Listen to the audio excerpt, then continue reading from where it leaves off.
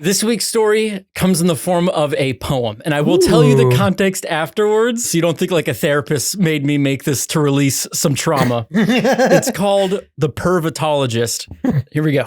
Not only am I white, making the sun my enemy, but I have bright red hair and skin cancer runs in the family. So once every year, a dermatologist inspects me for moles and rashes or anything sketchy. I'm new to this doctor, but he's old as hell. He's gross and creepy with a terrible smell. It's time for my appointment. He enters the room. He asks me to undress. I do so with gloom, but I leave on my briefs and there's nothing there that's tainted. When it comes to that area, I'm quite well acquainted. He only needs to check the spots I can't see, like my neck, my scalp, not my pee-pee. I'm standing up as he scans my back. His latex fingers approach my crack. Before I can realize what's even happening, his fingers in my butt and I start panicking. My cheeks just clench. How did he get there? If he was slower, I would have stopped him. I swear it. I swear. What? But it's too late. His hand's in my ass. I'm freaking out. It all just happened so fast. But then I realize he's talking to me. Relax, he cries out, trying to pull himself free. I loosen my grip to his satisfaction. Can you be mad at me? It was just a reaction. I pull up my pants and meet my mom outside. She asks how it went. I swallow my pride. That doctor touched my ass. I scream in the car. Never going again. He took it too far. So that's the time I got molested by a dermatologist. My name's Curt. I'm Jason. And you're listening to Bird Bones. What the fuck? What do you want to know more? More context to the story or why it's a poem? Why is it a poem? Good question. I think it was about 4 years ago I wrote it. I had this idea. Okay, basically I wanted to get verified on Instagram. And this is before like you could just buy a verification. Because I know you can do it on Twitter. I think you can do it on Instagram. But basically like being verified on Instagram was like kind of like a cool thing. And I thought it'd be fun to do it. And I was researching it. I saw this video and he's like, there's two ways to be verified on Instagram. Be in a bunch of news articles, like do something newsworthy or like write a best-selling novel. And it's a lot easier to write a best-selling novel than you think. Like the guy says like why every single book is called like, what's that big thing? New York Times bestseller? Yeah, not Times New Roman. Yeah, New York Times bestseller. There's actually easier way to do that by posting a book in a very niche category. It's this whole thing. It's like, I'm going to write a poetry book because that's fucking easy. And I was like, what's the poetry? And I was like, I'm going to write a Dr. Seuss story. I love telling stories if you can't tell, Jason. We have a storytelling podcast. So I've always loved doing this. So I was like, I'm going to tell all my favorite stories through poems. That was the first one. There was a couple other ones that are not as funny. That was the most fleshed out one. I think I took my most pride in. The dermatologist, the pervitologist. Pretty good? I don't know where to go from there. I'll go to my notes. I did leave you off on a hard one. I'm sorry. What I write down. Shout out to our Latvia listeners. There's not a week that goes by. There are 3 people in Latvia that listen every week and have not missed an episode. Shout out there. Where is Latvia? It's a good question. When it shows me up on the website, it kind of just puts it like in Europe, I think. It's a tinier country. No disrespect. Oh, this place is beautiful, dude. Damn right, it is Latvia. They got the most beautiful listeners. It's a country in Europe. Oh. Yo. What's the main language? Don't know.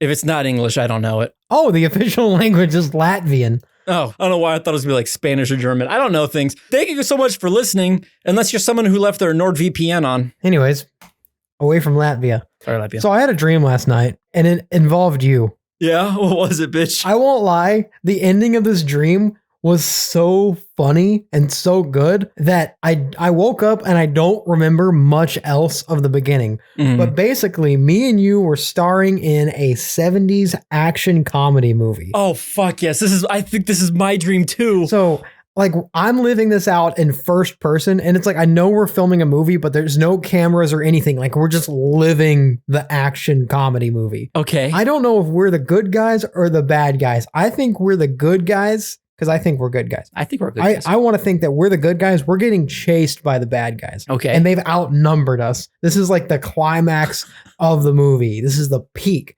And we're being chased. Like we're running on foot and they're chasing us like in hordes of people. And also like they have cars that they're chasing us with. And we're running on foot and we end up at the top of a skyscraper and we're like looking down over and they're like, this is the end. And dude, this whole epic fight scene ensues, and we're fighting off probably Latvians. We're fighting off these Latvians, and dude, they're like falling off the building in comical ways, and like we're just tossing them off the roof. And then like we get pinned down to a corner. I'm like, Curtis, it was nice knowing you, buddy. And like somehow these people, the bad guys, get their cars on top of the skyscraper. as they do in dreams. Yeah, we're sitting there and their cars like pull around the corner with the door. And I'm like, oh shit, what are we going to do? And I'm like, I have an idea. And I go to save the day. So I like sneak off. We're hiding behind like an AC unit. And I sneak off around the corner. And I sneak up behind the cars. And like they left both in neutral with everybody that we needed to get rid of in them. Nice, perfect. And I just push on the second car. It runs into the first car. And then I push them both off the building. And they start falling. And we both peer over the edge. And we just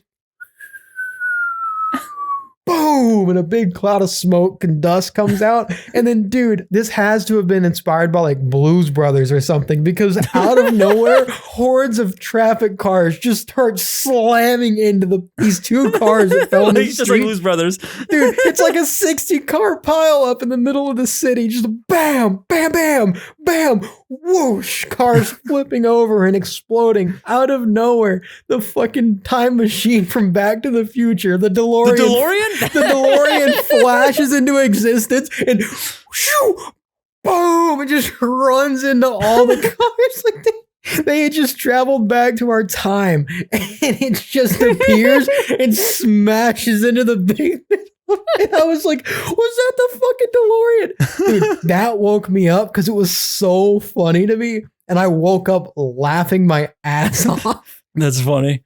I know dreams are weird and how you can just like feel something because like it's your own brain making a movie for you to enjoy while you're asleep. But what gave the vibe that this is a 70s action movie? Did it have a mustache? Was there bow wow, bow wow in the background? It had like that warm vintage like 70s car chase like filter over it. I've never woke up wanting to make a movie more in my life. Next up on the docket, I have a very serious topic. We are the perfect people to address. Oh, really? I grew up in Texas. I moved to California when I was about 16. I didn't drive that much in Texas. I drove my grandma's Grand Am for like 2 weeks. You visited me before in California and you drove a Corvette, probably the same amount of time I drove this Grand Am. And you're from Texas. I don't know if I said that. So you're the Texan driver. I'm the Californian driver. I have 3 distinct things that we need to find the correct answer on, because these are 3 things that are different between us. You ready? Okay. Starting with this one. When you visited me a while ago, you're like, damn, you take the highway everywhere. And I had 2 things to say to that. I was like, 1, it's called the freeway. 2, why would I not take it? It's faster. Like, why would I take a street that goes the exact same way? We have freeways everywhere. So, is it a freeway or a highway? Out here in Texas, it's called a highway, son. Life is a highway. Yeah, you proved wrong. The Rascal Flatts already did it for you, bro. They didn't say it's called a highway. They said life is a highway. Yeah, I'm saying it's a freeway because it's free. No, out here it's called the highway. You can call it whatever you want. All right, I'll put that one as agree to disagree. I'm pretty sure they're interchangeable. Dude, me and my buddy Ryan, we have argued at great lengths about the difference between a feeder road and a service road. I don't know any of these things. And we came from like the same area. What are these things? A feeder road? A feeder road is like the road that like feeds onto and out of the highway. What's the point of that? To keep all the traffic off the highway whenever you're like going slow trying to go somewhere. Because like we're out here, everything's more spaced out. And like we'll have a highway with like a bunch of businesses just off the side of the highway. So then they'll have the little feeder / service road where like it's lower speed. There's turn lanes and stuff. Because if you had all that stuff on the highway, there'd be tons of accidents and people pulling out into the highway before they get up to speed. It's just like a separate road that goes next to the highway with integrated like entrance ramps and exit ramps. Okay, so I think in California, the equivalent of that is that like we don't have a freeway that's not over a city. So you might as well just drive in the city, I guess. We have no purpose for that. But they look so cool. I think Midnight Club LA has something like that, I think. There's a road you can have in there. I'm like, that's not in LA. You sound like you study this more. I'll give you that one. Life is a highway. And I'm going to ride it. All night long. Next up on my docket, these are important things. This is a city council meeting. This is the city of Bird Bones meeting up to decide these things. When you say the number of a highway, do you put the before it? Hell no. I know it sounds dumb, but I just can't bring myself to be like, I took 405 here. That doesn't flow off the tongue. Hell I took the 405. no. I took the 101. I took the 118. No, for some reason it works out there, but dude, I can't just say I took the 75 here. That sounds like so 75 right. No, dude, because 75 goes from like, okay, like your highways, like how far of a distance do they usually cover, like in Los Angeles? I don't ride them till the very end. I'm only on them for a majority of like 15 to 20 miles at a time. Then I hop to another one. Yeah, but like, maybe hold 10. on. I Maybe gotta like 10 Google. miles. I gotta Google a fact really fast. Oh, yeah.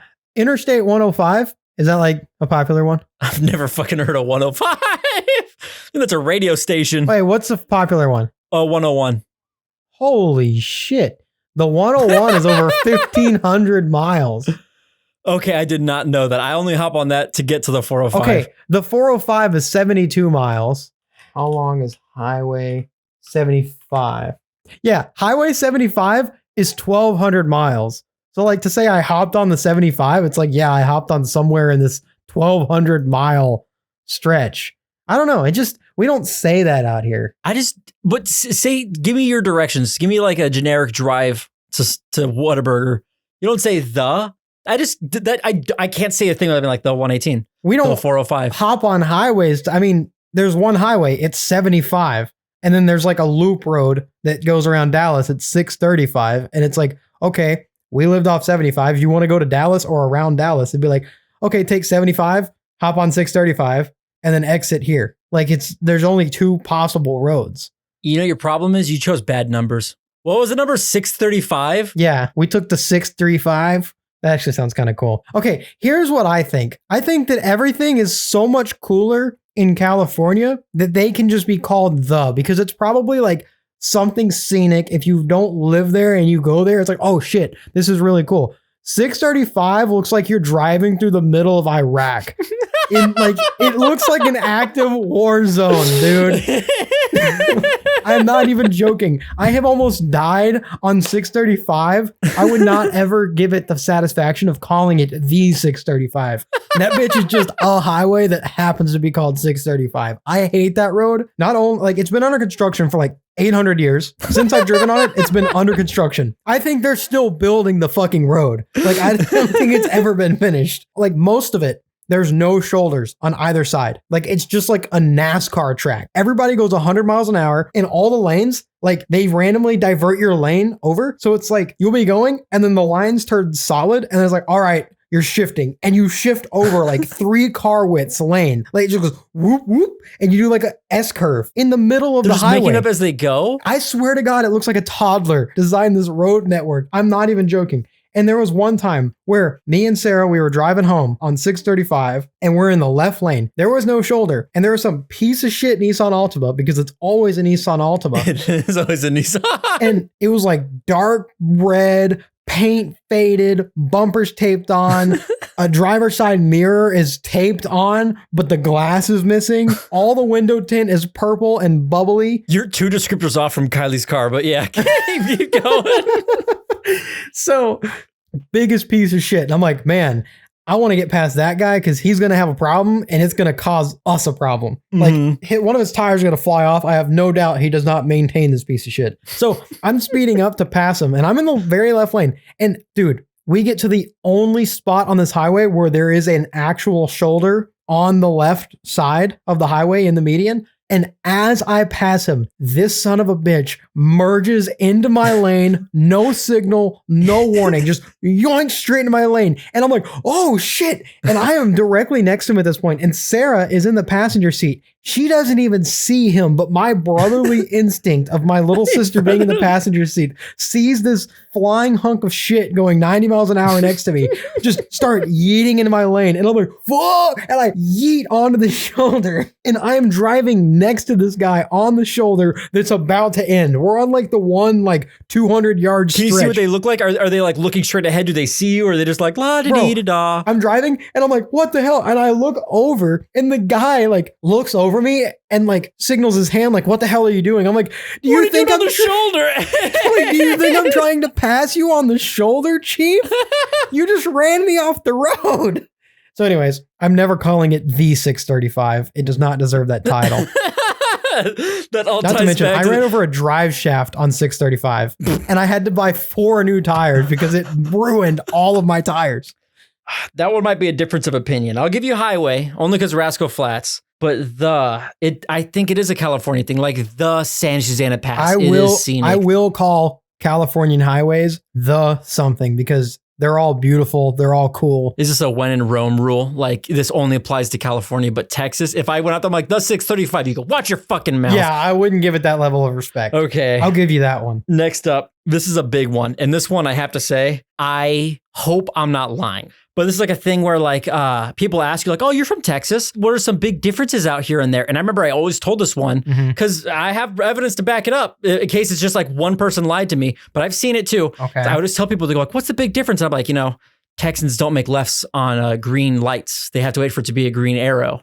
And they're like, oh, so interesting. And I'm like, yeah, I guess. Because like I didn't drive. There's like high school people are asking me things. I was trying to get along, icebreakers. Where are you from, Texas? What's the big difference? I'm like, they don't make lefts on greens. I'm probably responsible for half of California thinking this because one cop told it to me. We were talking because we were from California. We go out there, we're talking to my Mormon cousins, and they're talking about, maybe it was just them. They go like, yeah, don't make lefts on greens. Like that's dangerous. And they had a cop buddy who they were hanging out with at the time. And he's like, well, it's not, because they thought it was illegal, I think. They said like, oh, you're not allowed to make lefts on greens. It's illegal. You need a green arrow. And then the cop was like, oh, it's not illegal. It's just highly discouraged. So maybe it's a Mormon thing. Highly discouraged. That's what this cop said. In active duty cops are like, oh, it's highly discouraged. Like it's not safe. I've been telling every Californian I meet, hey, Texans don't make lefts on greens. Well, you're wrong because I've seen more Texans die making a left turn on green than Texans that haven't made a left turn on green. Well, maybe that's why. Maybe it's dangerous. That's the thing is our roads are so wide. Usually your turn lane protrudes far enough into like the oncoming lane. Like you can see if it's clear, you go. We even have signs all over the place that say left turn yield on green. Or if you get a green arrow, that means that the turn is protected and you don't have anybody coming at you. But even then, dude, I watched 2 semi-trucks run a red light while I had a green arrow literally yesterday. So what do we think it is? Maybe it's a Mormon thing? Mormons don't make lefts on greens. I'm going to blame that on religion for sure. Oh, God. All of it. Just the whole thing. Yeah. That brings me to my last thing, my last driving thing. When you're driving on the road and you see a license plate of an out-of-state thing, what do you think? What's the worst one to see? What's the worst out-of-state plate? Oh, Jason has a strong opinion on this. Louisiana. And why is that? People who come from Louisiana, no offense, I don't know what it is. Their roads are so shitty out there that I think they're used to driving slow on their shitty roads. And then they come out here and they have these smooth roads and they drive, either they stay at their slow ass speed limit and they won't get out of the way, or they're like, man, this road lining done built sure is smooth. And they go 146 miles an hour and they don't know how to drive fast because they've never driven fast in their life. I cannot reiterate. Their roads are so bad. Every time we drive to Florida and we go through Louisiana, the second you cross the border, we're like, oh, we're in Louisiana. And then for the next 2.5 hours, it's just pure butthole hell. Your ass gets shaken to death. Your car has 16 new rattles by the time you leave their silly state. Jason really fucking hates Louisiana. I was gonna say a Texas, unfortunately. I don't blame you. No, what? We also don't know how to drive. Oh my God, you need to defend yourself. The only thing worse than a Texas driver is a Louisiana driver.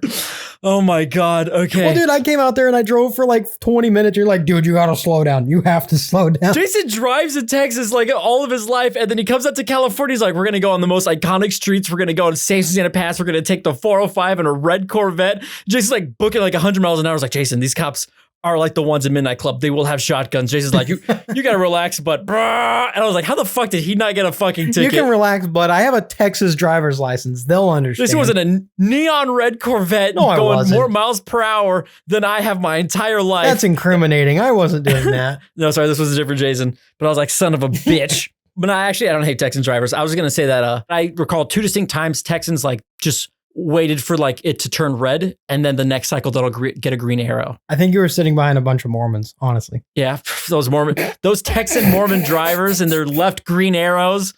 God, can't stand them. That's a stereotype I'm willing to spread. Fun fact about Mormons, they don't make left on green lights. And they'll sit there the entire time like it's red. Yeah, if you were trying to fight a Mormon and you got your fisticuffs up, you're like, wow, what are you waiting for, a green arrow? And they go like, stop it. Don't make fun of my religion. God. Have you ever spread a rumor? Only about you. Yeah? What was it, bitch? Remember that time that Curtis punched a kid out of his wheelchair and knocked his... Okay, so basically a long time ago in elementary school, we had this funny little thing where we thought, they're like, oh my God, like if I kind of wave my hand in front of you, like I smack you, but I don't connect, like I'm like far away, I just kind of wave my hand in front of your face. And then you, since you're in on it, you clap and you whip your head so it looks like I smacked you. And me and Jason would do this all the fucking time. It was our thing, like, dude, let's like have a slap fight. Dude, we thought we were the coolest kids. Dude, I know people like, they probably think we're having a fight and we're like taking turns smacking each other, waiting in line for lunch. And then one time, our friend Raymond was there and he had glasses at the time. Little giggle. And he had glasses on at the time. He's like, show me how to do that. And I was like, okay, so like I'm gonna wave my hand. I'm kind of like, if you're like a 3, 2, 1, I'm gonna wave my hand and then you're gonna clap. And then like the lunchroom was like loud as hell in there. And then he's like, okay, I'm ready. And I was like, okay, 3, 2, and I wave my hand. He claps like a fucking Hulk smash. The whole fucking audience goes quiet. He's so quiet that you can hear his glasses fly off his face and go across the room. Everyone was like, oh my God. And then I was like, this was a bad idea. And then by the time my own story got back to me, Jason's whispering in my ear. He's like, hey, I heard you punched a kid in a wheelchair in for lunch. And I'm like, you were there. So when I told Jason, hey, we should make a storytelling podcast, like, you got to tell that story about the time you beat the shit out of that crippled kid. Dude, I so vividly remember him whipping his head and just watching his glasses fly across that gloss white floor. Just I'm like, the only thing that could have made that more cinematic was if they slid up to the feet of the principal and like he took your ass away to kid prison. The one thing I remember, he whipped his head so fucking hard. He had tight curls in his hair. And when he was like whipping like Max Whip, his hair was like straight as hell and like almost like a foot off his head. That's how hard he whipped his head. He sold it. Yeah, he definitely sold it. I thought you slapped the shit out of him. To this day, I still think that. You were in the prime thing. You were right over my shoulder. You had the prime camera angle. Do you remember like that's what we did before we did visual effects? Like we're like, oh, let's make like an action movie. And our action movie was like, let's run over to the playground. I smack you. Oh no, I run away. Oh, you smacked me. Dude, I would kill to find that Windows Movie Maker file. Oh my God, dude. Those were the best times. Why did we stop? Why did we start using all this CGI in our stuff and all this compositing? Yeah, we made everything so complicated. We just could have slapped the shit out of each other and probably been famous. I know. Before we forget, I have something I really wanted to say. I was clearing out my Google Drive because like I only have like 100 gigabytes and like I was at like 90 or something like that. So I'm like, oh shit, like I gotta like, I have like, every time you need to jot something down, I open up like just a random Google Doc, whatever, type in like 3 words and delete it.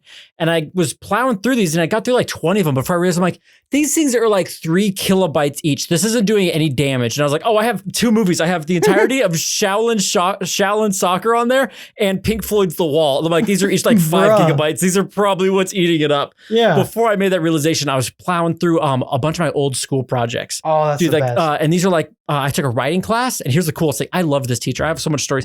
One of the greatest professors I've ever had because I think one, just because they liked me because I got along with them. And because there was a shitty student that they like, want to hear a quick little story actually? Yeah.